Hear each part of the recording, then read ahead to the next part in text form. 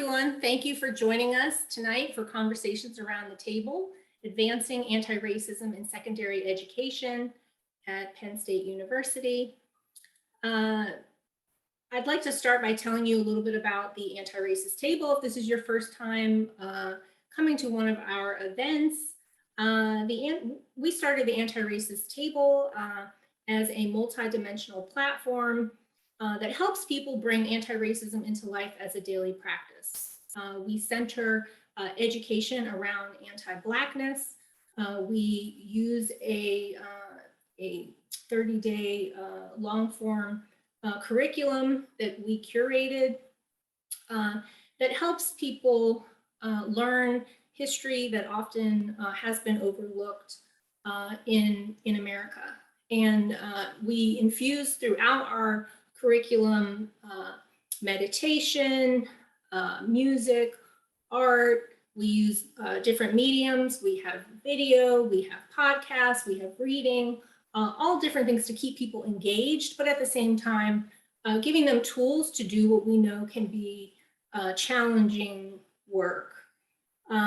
We also host these events.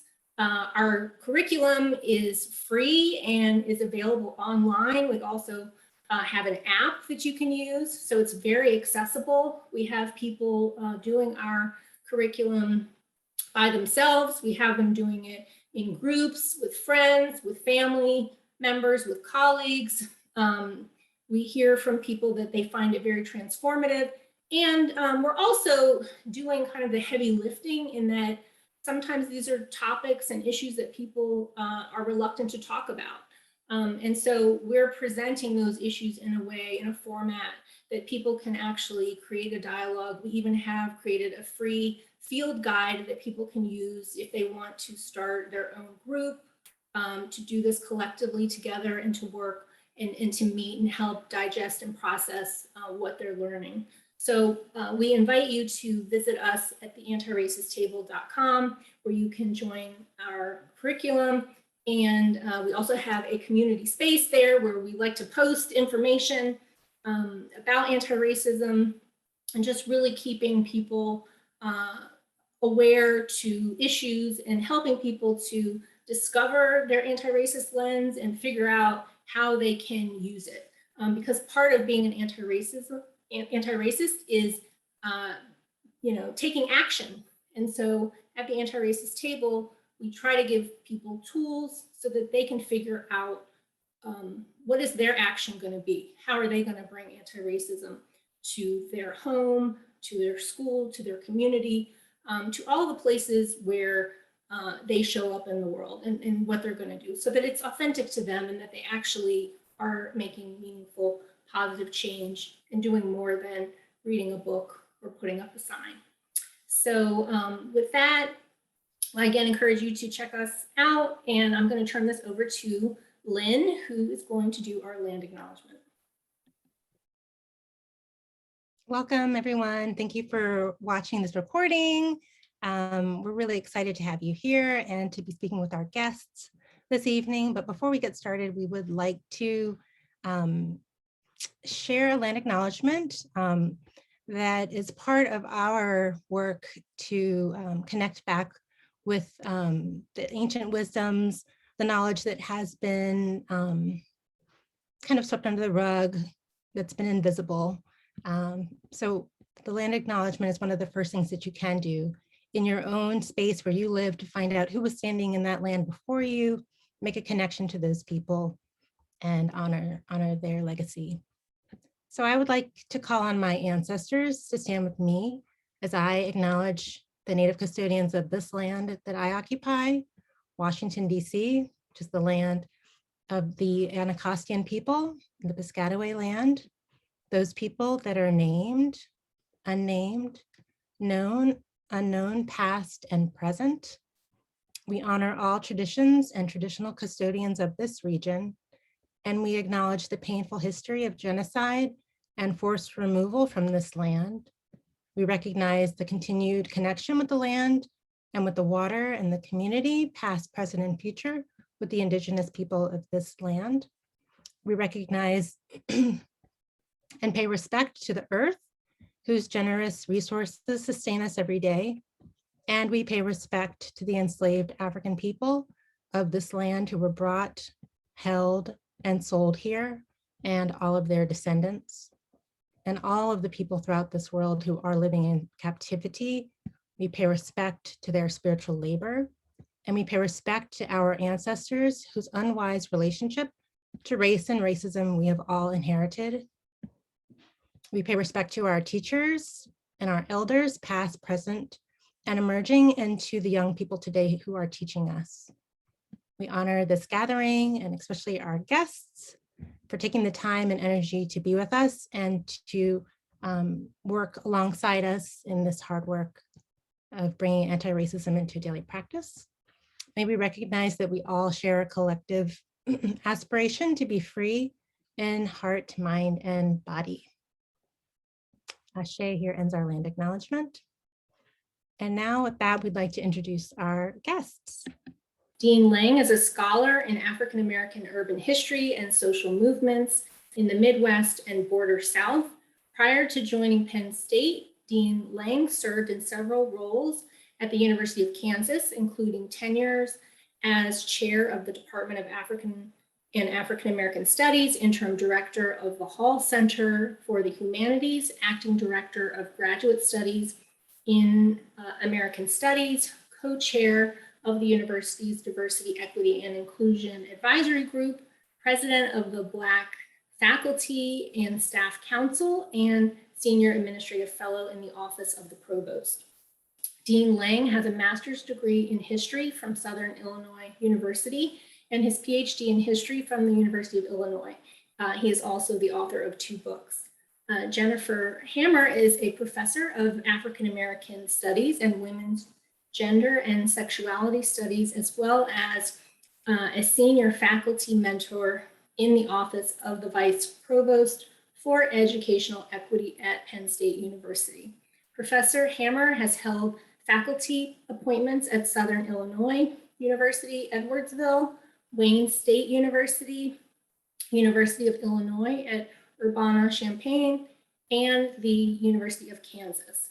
Among the latter 3 institutions, she's also held administrative appointments as head of department, associate dean, and vice provost of diversity and equity. Her publications follow her research interest in African American families, working class communities, and an emergent focus on matters of equity in higher education. Professor Hammer has a PhD in sociology from the University of Texas, Austin, and has had an accomplished career as a faculty member and an academic administrator. So with that, thank you so much for being here. Thank you for having us. We appreciate the invitation. Yes. So, yes. So, here at the Anti-Racist table, we really strive to help make visible what is often invisible. And so, here we're talking about higher education, secondary education. We have participants who are in various places in their anti-racism journey, and not all Americans really understand that racism, systemic racism, shows up really everywhere. They may, understand it in the connection with police. They may understand it in certain places, but not everyone necessarily understands that it's something that actually shows up in higher education. Can you just kind of tell us, what does that look like in higher education? What are some things that you've seen or are aware of? I'm happy to start, and the point is that I think as your question frames it, racism is so insidious because it's routine. It's not just simply slurs or acts of violence, but it's the daily kinds of practices where people don't necessarily have to be actively racist, for example, to participate in and perpetuate it. So we begin with the premise, for example, that we live in a society where people are socialized to believe that people of color, and I'll say specifically Black people in this case, are not as smart as their white counterparts. And let's just be clear, there are ways in which Black people are socialized to believe the same thing. And so if we begin with that kind of grounding, it's no surprise then that the absence of people of color is normal, or that when they're present, the idea is that they should be grateful to be there. And so that's the beginning premise of how we think about race and intelligence and who belongs. And that doesn't require people to think actively about excluding people, but it just simply becomes the ways in which norms are set, expectations are set, and exclusions are naturalized, are just normal operation. And so when you have to push against that, that becomes the outlier behavior rather than the normative behavior where people of color don't exist, or if they do, they exist in small numbers, or certainly not in leadership positions. So I'll start with that point. I mean, I think what I'll add to that, I think that's a great kind of summary or some examples, right? In other words, people don't think about higher education. People think about higher education as a place where merit matters, right? It's a fair place. And that's really how universities market themselves, right? That this is a place where anyone can come regardless of their background and they will advance and be successful based on how hard they work, this sort of ideal of merit. But what does it look like in university settings? Well, for students, it begins during orientation. It begins when they go into the residence halls where they are maybe one of two students of color in a residence hall. The residence advisors are white, right? And so you already begin to feel uncomfortable in that environment. And that environment isn't really built for students of color. It really is built for, traditional white students. And so the types of activities, the types of conversations that students may have may not relate, to students of color, or may be offensive, right? And no one really thinks about what can offend different populations.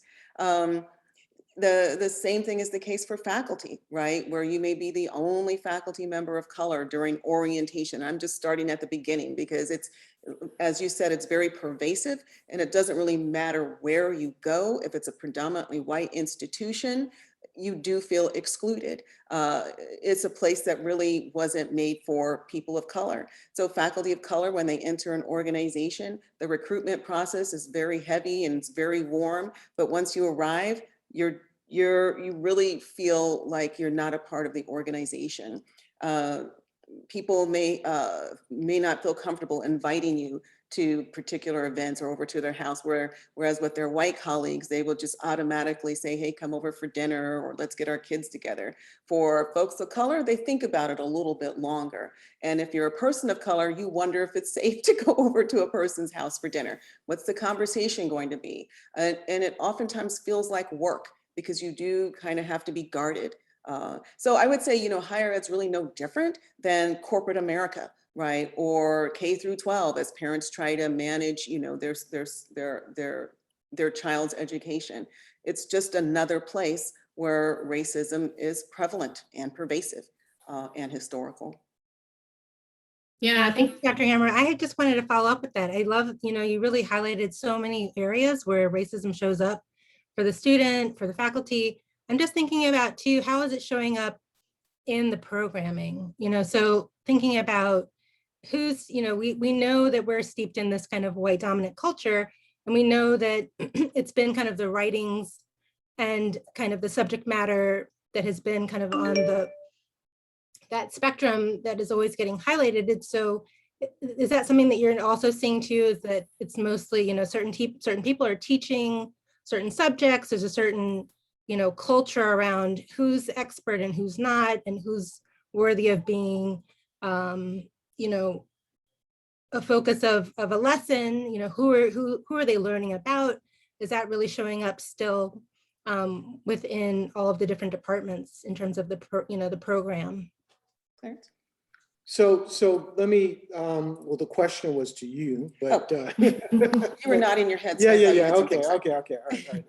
No, I'm happy to take the first crack at it. So I think there are a lot of different ways to come into that particular issue. So if we think, for example, about expertise, and this is where you have a legacy of the area studies, Latin America, the African continent, Asia, what have you, there's a long history that even in the study of people of color, historically, people of color have not been viewed as the experts, perhaps subjects of inquiry, sometimes not at all, but even when they are, not the experts in that area.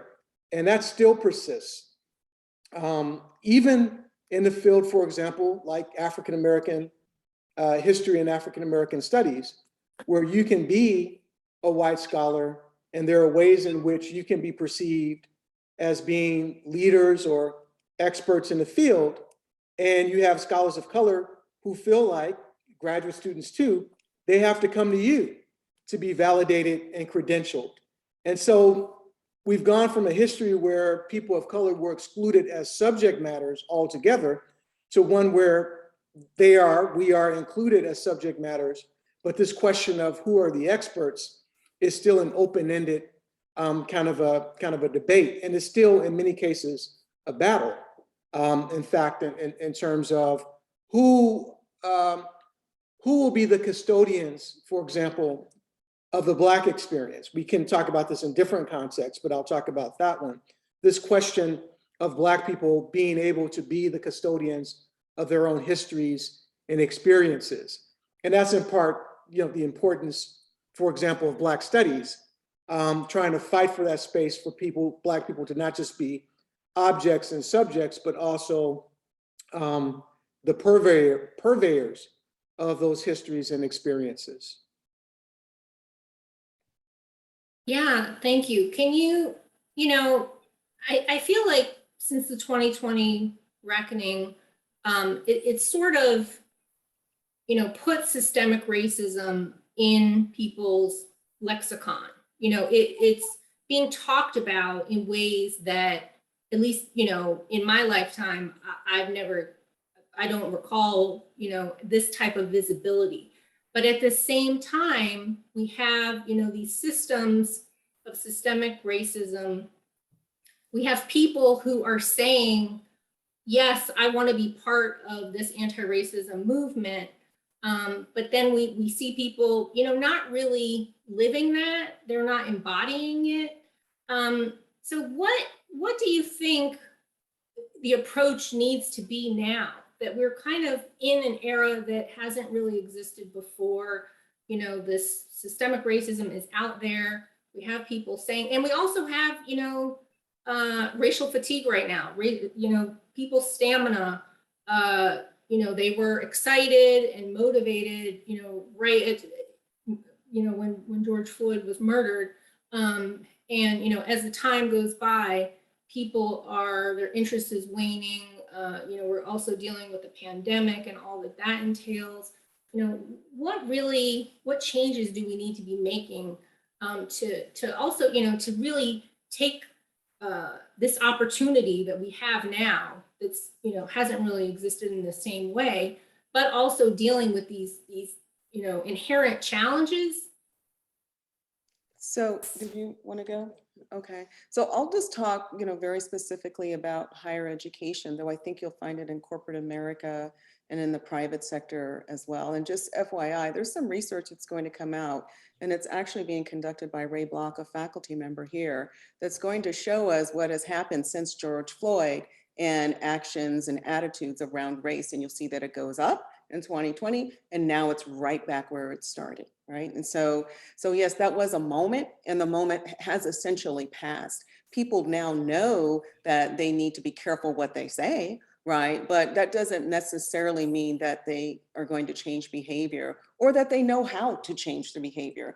Because if we're going to be fair and realistic, in the United States, we don't raise people to treat people fairly. That is not what the United States is founded on. And so to expect that people are going to automatically change their behavior because they're made aware is not really fair. So the question is, how do we then create change? And in higher education, I would argue that really the only way to do it is to focus on policy and to hold administrators, those decision makers, and those people in authority, and I include faculty in that, hold them accountable for their actions, In other words, we can't control how people think, how people feel about Black people, about brown people. We don't really have any control over that, but we do have control over behavior. But the only way to correct behavior and to help people to think differently before they act, right, is to hold them accountable. And so what happens when someone uses a racial slur, right? Do we just let it go and say, oh, it's just that person? Or do we say, okay, let's look at our institution and what is it about our institution that enabled that person to say it and then keep going, right? Do we have some sort of disciplinary action that follows that? When it comes to hiring faculty of color and staff of color, what are the expectations for unit leaders who are doing that hiring? Do they get to decide whether or not they're going to grow diversity, or are administrators going to hold them accountable and make that a priority and require that they more intentionally approach that area of their job? And it's the same with students. When students come and they go through an orientation, what are the expectations of their behavior? And then do we hold them accountable, right, for that behavior? So it's one thing to talk about it, you know, and we did have this moment, and these moments are going to come and go. They have been coming and going. Right, we'll have another one probably next summer because that tends to be the trend. So they're going to come and go, and at the end of the day, you know, those who make decisions, those who are in authority, have to decide whether or not this is serious enough to actually act. I don't think that those in authority in higher education have really made that decision yet. They're really able to simply maintain the institution, do a few things. Let's have a task force. Let's have a community or cultural survey. Let's put an ad in the paper to hire more Black faculty. Okay, we're done. That's it. So I'll add that a lot of what happens in academia is around discourse. And so we get into situations where people think that they've done something simply because there's been a conversation, right? And people have had good interpersonal interactions. So we confuse race relations, so to speak, with race relations with, I'll say, racial justice, which are not, they're not one and the same, and that the rhetoric itself becomes the act. And so this idea of thinking about, you know, to Dr. Hamer's point, how we hold people accountable. And by holding people accountable, meaning in part that if you can't develop a record where you've demonstrated competencies in this work, then you ought not to be rising up the ranks in the organization, because that occurs where people do things and they demonstrate that they're contrite and they get to just move on in their careers. And I think these ways where there are rewards for people who do good work, let's make that clear, but also there are consequences professionally for people who do not. So to that point, I think becomes important in this. And that's where the real work can be difficult, because academia is, if you will, clubby like other environments. And so people want to advocate for the folks who are in their networks and want to forgive certain behaviors, or excuse them, or pretend that they don't exist, which is part of the problem as well, as it is in many organizations and areas of activity as well. But that's probably because they're all, you know, generally implicated, right? Because if we think about, you know, how institutions function, it does not require that people have competency in equity, in inclusion, in diversity. All that it requires is a statement of commitment. And so any one of them could make an error, you know, make a mistake, say something, you know, that's inappropriate, and all they need to do is apologize. And that has to be enough, because they're really not prepared to do much more of anything else. That's not, the institution doesn't need to change at this moment. The institutions do not need to change to maintain. They can continue Right. just as they are. Students are The still systems gonna are come to Penn State. thriving. I mean, students are still gonna come to Penn State. They're not gonna come to Penn State because they do diversity, equity, and inclusion well. That's not why they come to Penn State. Can But you I guess talk a that's little? the question, yeah, I feel like is, how is the community coming together or not around these difficult conversations about, it's like what you're saying, there was this kind of surge of energy and interest to make change. And, then there might have been some declarations, some things said, some conversations had, and then things peter out, like how, like you said, we have to hold everyone accountable. How is the community working towards some anti-racist strategies that you feel they're actually, doing them? They're actually, doing it and making some change. Like, I feel like that's the thing, is figuring out what it is that can be done, because I think every university is probably struggling with the same issue. I mean, and I feel, it has to do with funding, right? Not having the funding and not having the higher up, the institution itself, really supporting this work, because like you said, it doesn't really have to. But if the student protesters or, communities rally around to say, hey, the school needs to do better, maybe at that point, the school will try to do better. Do you want to start, or? No, you can go ahead. So certainly the idea of resources is important. It's bigger than that, because there are things that can happen and can be done that don't necessarily require a lot of resources. So for example, one of the things that's occurred is that everyone now expects that they need to have someone who is ostensibly responsible for diversity work. And You mean like deans? There's an assistant dean or associate an dean? associate, the assistant, Yeah. vice this or what have you. And I don't want to denigrate that, because that's important. And the people who hold those roles do very important work. And there are folks who've been in those kinds of roles for a long time. So I want to be very clear that we acknowledge and respect their work. But the question becomes, and maybe this is where the resources, how are we supporting them in the work that they're being tasked and hired to do for the university? That's one. And second, how are we creating or fostering networks among those individuals? Because if you have people doing diversity here and there and what have you, and if they don't interact, in some ways it's almost as bad as not having any, because you have a lot of effort going out the door that's not coordinated. And it's no accident that a lot of people who hold the diversity positions oftentimes do not have the protections of faculty in terms of tenure, so on and so forth. And so you have people who are charged with essentially being critics of the university, because if you do that work well, you have to be a critic. But yet the circumstances of their appointment lead them in a direction where their primary objective is to preserve themselves. And so you end up with these expectations, you have these different positions, and yet there's not a lot of traction that they can get, because people are afraid.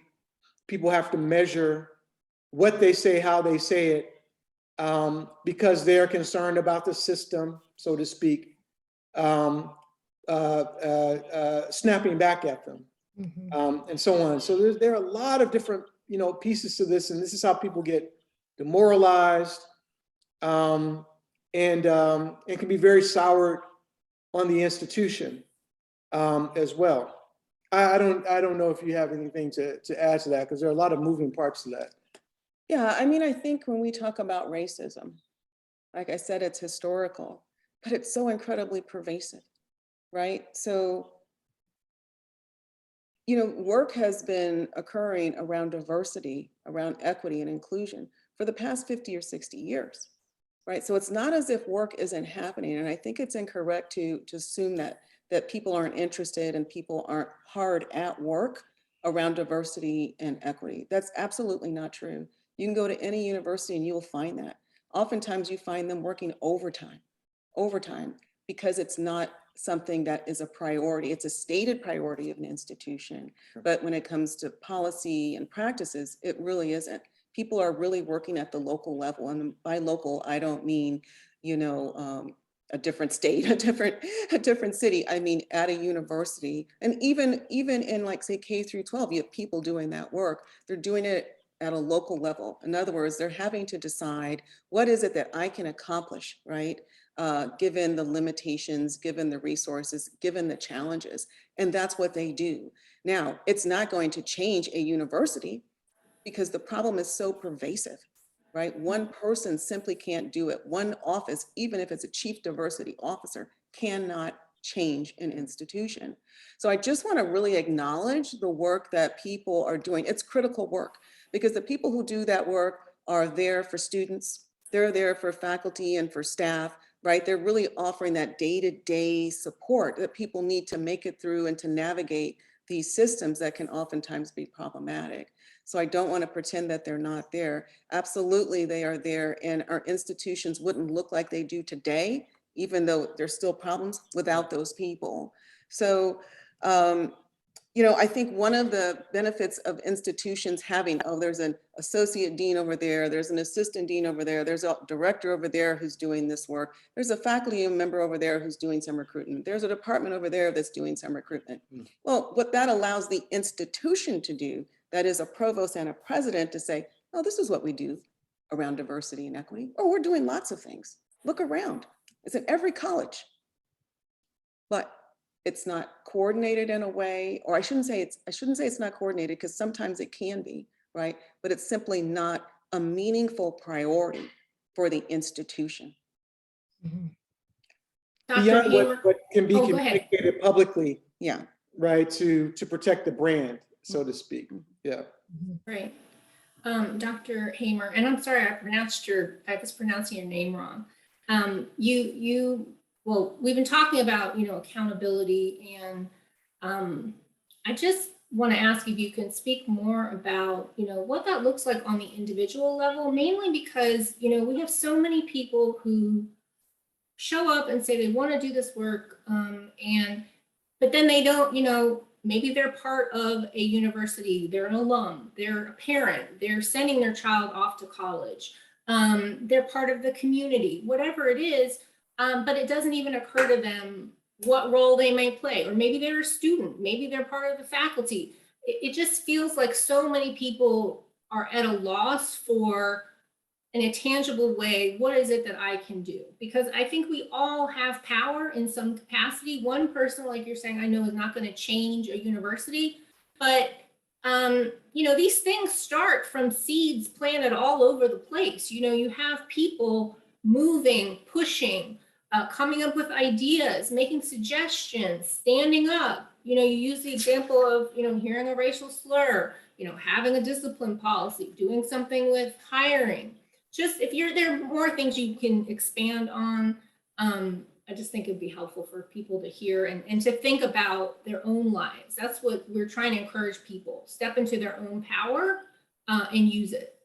Yeah, I mean, I think that your table is a perfect example of what people can do. It's something that's kind of low-hanging fruit, right? I think that one of the things we have to accept is that everyone is at a different place when it comes to doing diversity, because now we're not talking about it, we're talking about doing equity or doing diversity, doing inclusion. And that's very different than just thinking about it or having a conversation.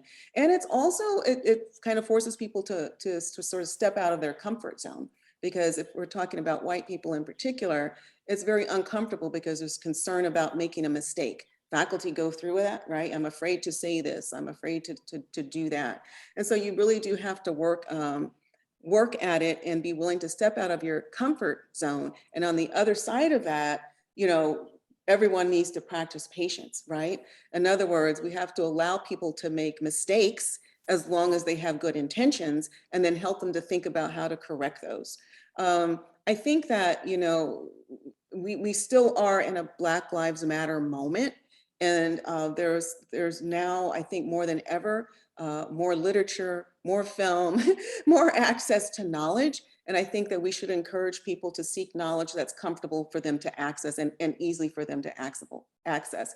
And that's a starting point. So for some people, it may be watching a film. For others, a documentary, right, which is more real than a film. So for some, it may be joining a book club, right, or going online and just exploring. But you have to start where you're comfortable and then begin to, if you're an institution, then you would, I would argue that you need to actually build a ladder, right, where people can start and they can enter on something that doesn't cost them very much. It can be private, you know, I can watch this documentary in the privacy of my home. And then the next step is actually to engage in a conversation. This is just as an example about a film or about a book with others, right? And that's, well, some people are comfortable with that. A lot of people aren't, especially because race, ethnicity, those are things that people have conversations about around the dinner table, you know, unless they're part of a racial ethnic minority group.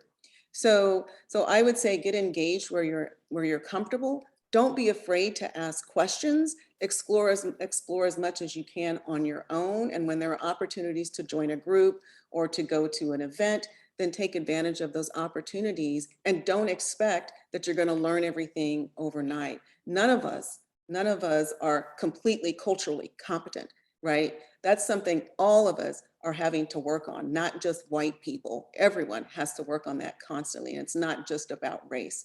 So I think that if we can be patient with one another and if we can encourage learning and encourage parents to correct children, then that's at least a starting point. It's not something that's going to happen overnight, but it would be great if people just agree that it's something that we must do and not just talk about.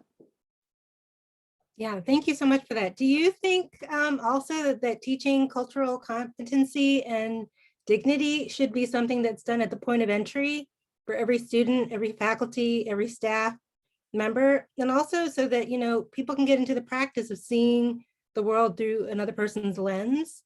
I feel like, you know, that could be something that's also low-hanging fruit at the institutional level.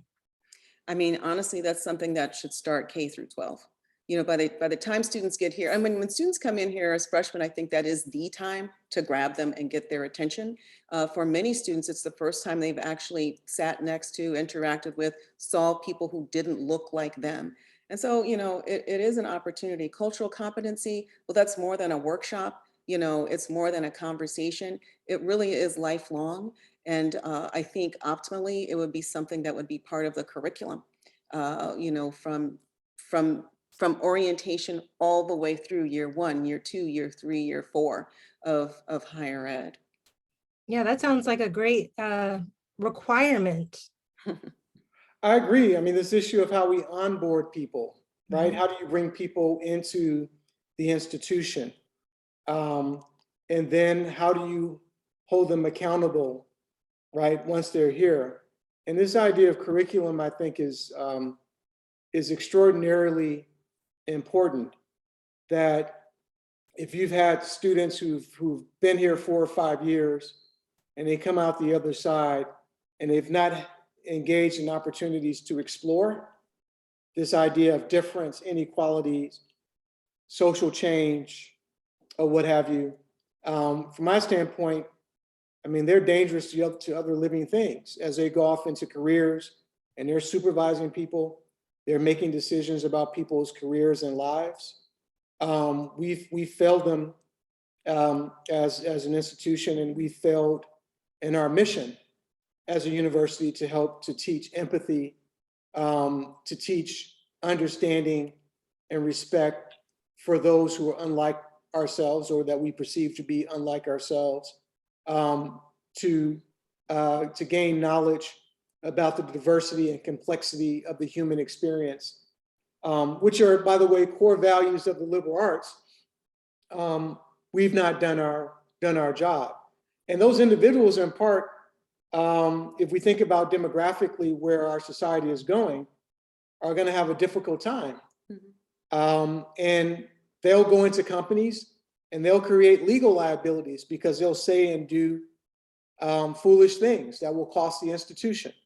So racism costs, literally, sometimes too. So there's a business proposition or argument to be made for why we need to as a part of thinking about what it is to be educated and to be career ready, that anti-racism, to put a finer point on it, or cultural competency to make it broader, I think becomes it becomes ethical and it becomes necessary to do. Yeah. Are there programs or initiatives that you all have seen or that you've implemented at Penn State? It doesn't have to be just at Penn State. It could be you've seen other places that you really feel you're excited about, or feel like, you know, they're really going in a positive direction towards really, you know, embracing anti-racism and trying to put it in action at the university level? I mean, I'll talk about one example, and then I want to give the floor to Dr. Hamer to talk about one project that she's anchored here at Penn State. But in the College of the Liberal Arts, we have a staff reading circle, because what we found were that staff members, and they're pretty homogenous in this area, right? Because the university recruits locally for staff. Many of them were recognizing that there is more that they needed to know about students, about faculty, about the issues, and kind of self-organize themselves around wanting to read and discuss matters of race and social difference more generally. And our college has thrown its support behind supporting that, in terms of helping to train the trainers, in terms of identifying literature to read and discuss. So that's one concrete thing that we're doing. We have another program that, again, Dr. Hamer has been really important in doing, that we've done in collaboration with the Office of Educational Equity here at Penn State. And so the mid-career faculty advancement program, I think, is a really fabulous example. Yeah, I mean, we can probably think of other examples if we had a little bit of time, but I'll just go back to the staff in liberal arts. Yeah, this was a group who just decided, you know, we have to do better. And this was during the Black Lives Moment, but you have people who've been thinking about this for some time and just didn't know how. And so I think it was helpful to have a Black dean who prioritizes diversity and equity. So then it makes it okay to ask questions and to say, hey, can we do this, you know, and kind of rally around it. And so I actually worked with the group, and we thought about it as, just as we were talking about, where people enter these conversations at different levels. And so we had to think about, how do we create an environment where people can enter in different levels. We started with the reading circle, starting with people who were really interested and like just ready to go. You know, we identified some people who had led groups in reading. And so they started by reading, and then the next step would be to train the trainer so that they could then work with their colleagues, with their peers in the College of Liberal Arts, and then take the next step, right, which is to actually have a broader public conversation around a film series, for example, and then create a web page with all types of resources, all that allow people to enter where they're most comfortable. So that's in progress, actually. And it's exciting, you know, because I don't know that there's anything else like that here at Penn State. But it goes to show you what a leader who prioritizes diversity and equity can do and can make possible, can foster.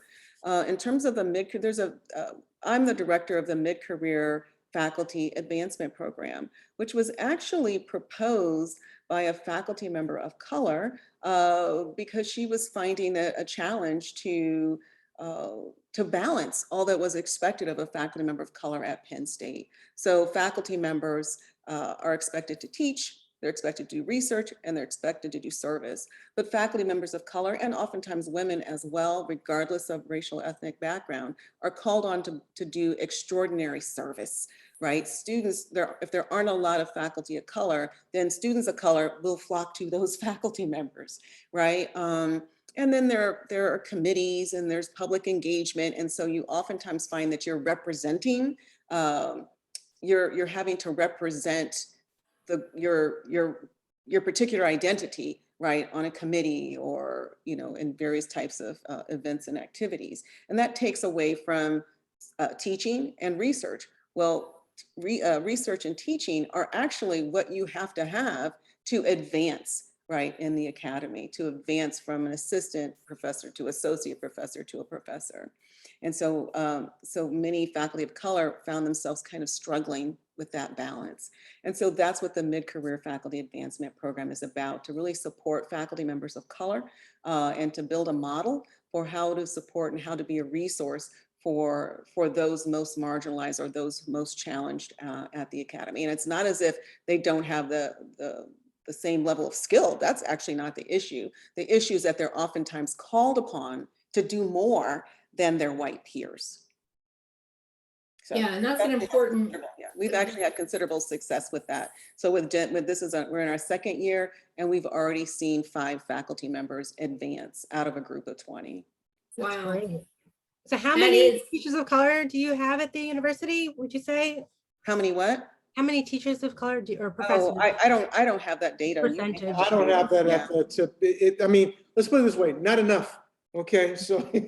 Yeah. And for are you Black guys faculty, able to there's less than retain the 100. ones that you have in the faculty for the most part?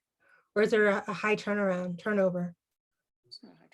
No, I wouldn't say that there's high turnover, but you raise an important point, because oftentimes we get into conversations about recruitment, and the most important aspect is actually retention, right? Because Penn State is a great institution. You can recruit people here in terms of prestige, so on and so forth. The question is, how do we create an environment where people will want to stay or can stay because they're supported in their advancement?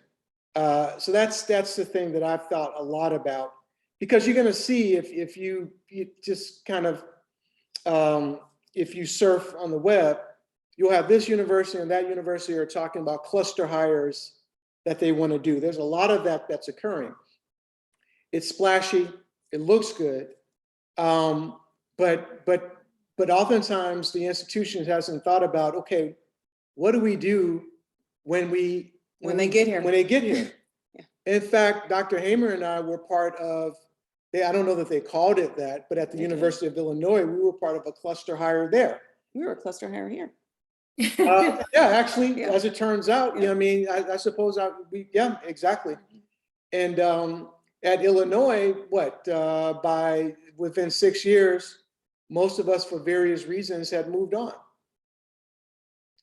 because the institution wasn't quite prepared for what it meant to absorb, people, that kind of difference. There were internal issues, that's a different conversation, but there are always external and internal factors.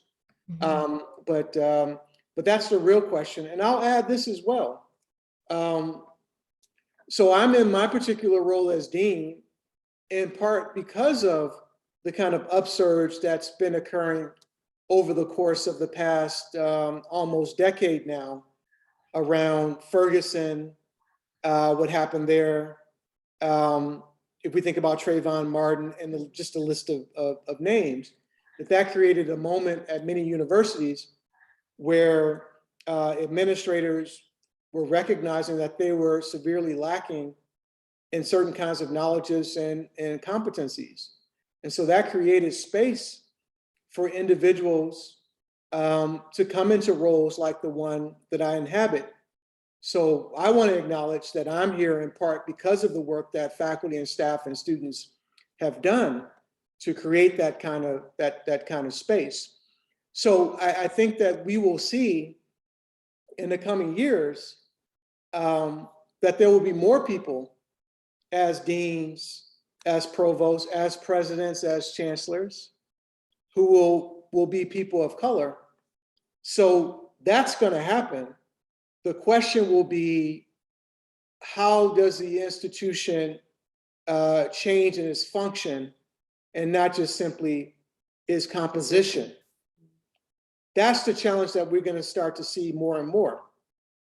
I mean, let's think about, without speaking too much, probably too late, but one of the outcomes of us having a 2-term Black president, right, was that the politics in the nation actually went further to the right. So Donald Trump is in many ways a long-term response to the election of a president of African descent, because it created a dynamic that confronted people with the fact that who it is to be an American, that was in serious transition. And so much of what we've seen over the past few years, the Tea Party movement, right, has been a response to that.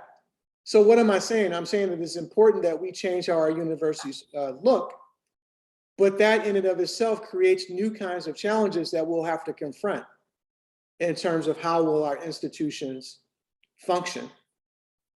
Because I will say that as difficult as it is sometimes for white colleagues to know what to do with people like us, but I'm going to say something edgy.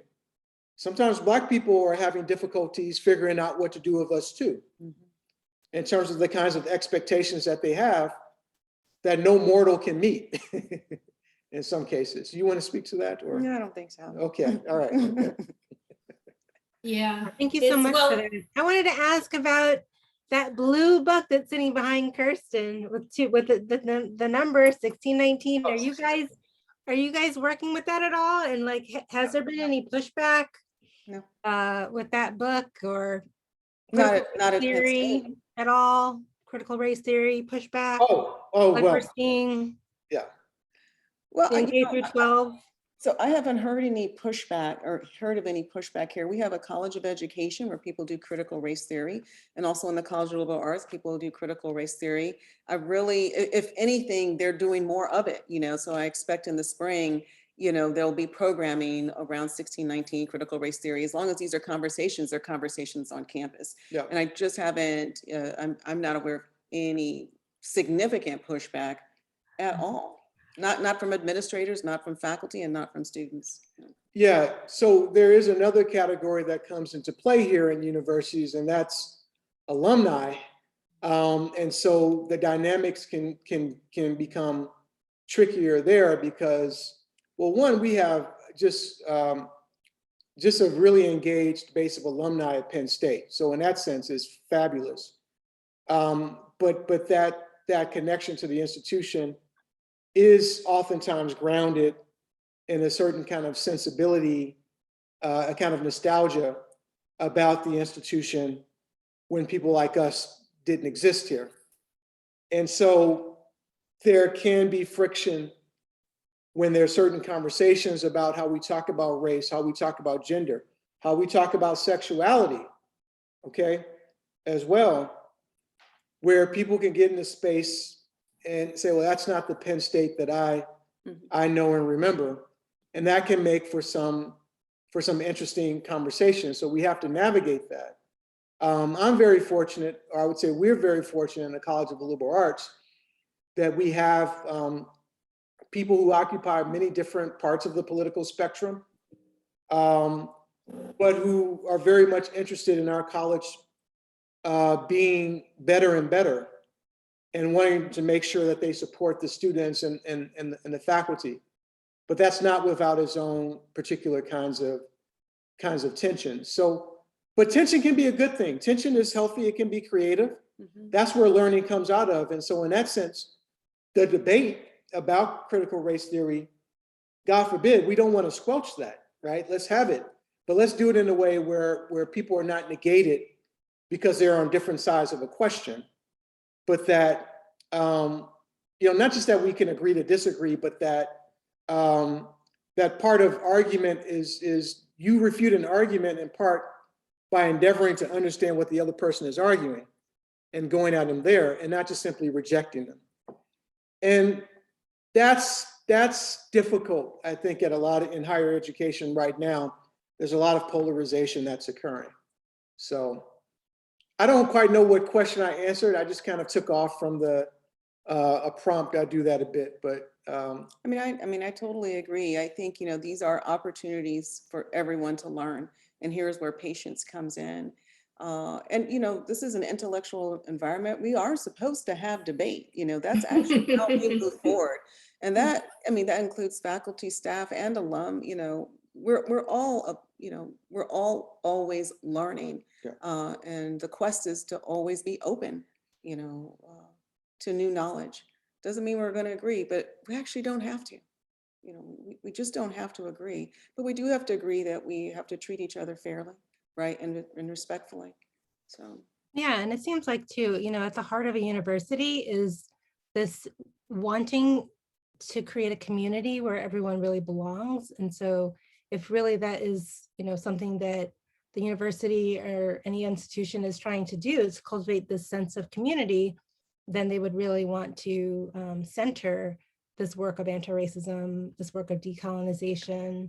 And yeah, so hopefully there'll be more progression in the right direction, and, you know, more dismantling of these old ways and old thinking and old programming, and, you know, come up with something new. But we really appreciate your time tonight, and this has been a wonderful conversation. And we also just want to acknowledge one of our elders too, and you know, wise teachers, Bell Hooks, who passed away today. That's right. Oh, I did We not. really want to Yeah. I'm so glad that you said that, because she's definitely been important to this enterprise that we're talking about. And so academia is poorer without her. And she's one of those individuals who, you know, like Prince, I don't know, they're two very different people. Prince doesn't die, you know what I mean? Bell Hooks is around forever, you know, it's kind of one of these things. So, but the work that she's done, that's the legacy, right? So, yeah. Yes. So thank you again. All right. You can edit out that Prince line. I'm sorry about that, but Oh, don't worry. There's We no- love Prince. I don't disagree with you on that. Yeah, we love Prince. I'm gonna just share my screen so we can just do our closing page. And Kristen's gonna say,